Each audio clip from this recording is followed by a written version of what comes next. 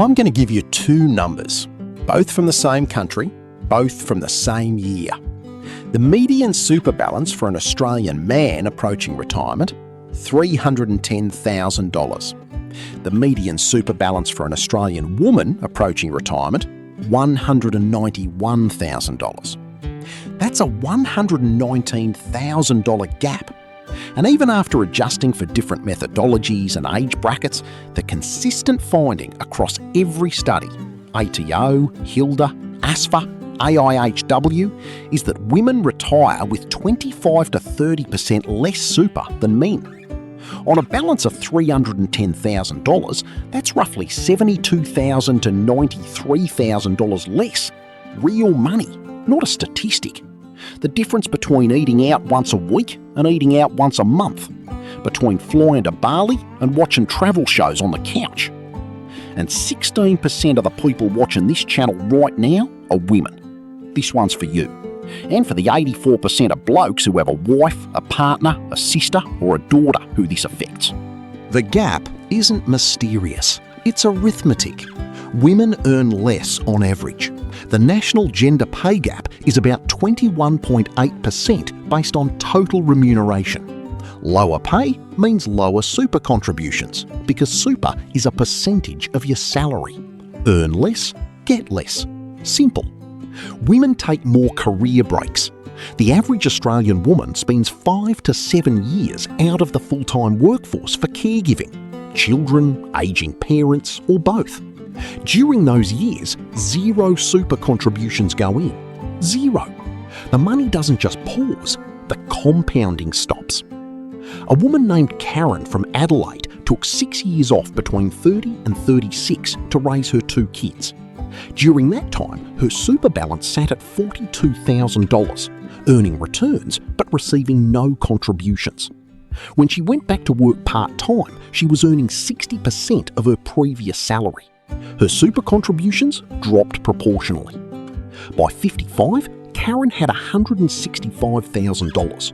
Her husband, same age, unbroken career, had $380,000. Same household, same number of years married. $215,000 difference. Women also live longer.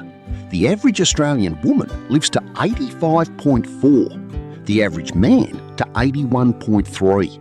That's 4 extra years of retirement that need funding. So women retire with less super and need it to last longer. The maths is working against them from both directions. And here's the part that makes it worse. Women over 55 are the fastest growing group of homeless people in Australia. Not because they did anything wrong, because the system wasn't built for interrupted careers, part-time work and unpaid carer. So what can actually be done? For couples, this is the big one. Spouse contributions. If your partner isn't working or earns under $40,000 a year, you can contribute up to $3,000 into their super and claim a tax offset of up to $540. It's not a fortune, but over 10 years, that's $30,000 plus returns added to the lower balance. Super splitting. You can split up to 85% of your concessional contributions with your spouse each year. This doesn't cost you anything extra, it just moves money from the higher balance account to the lower one.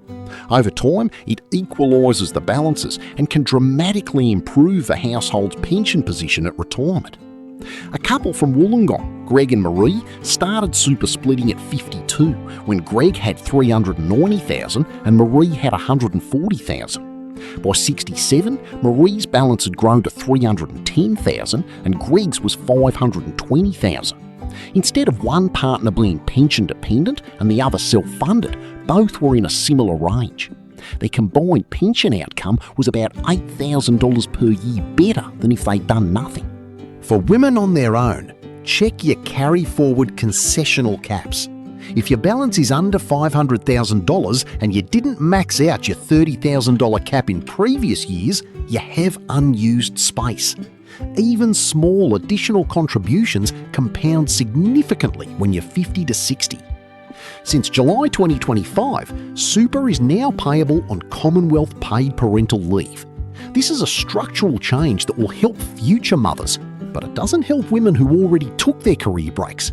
If that's you, the catch-up mechanisms are your best tool. And one more thing, consolidate your accounts. Women are more likely than men to have multiple small super accounts from different part-time and casual jobs. Each one charges fees. 3 accounts with $30,000 each are paying triple the admin fees of one account with $90,000. Log into MyGov, find your accounts and roll them into one. The gap is real.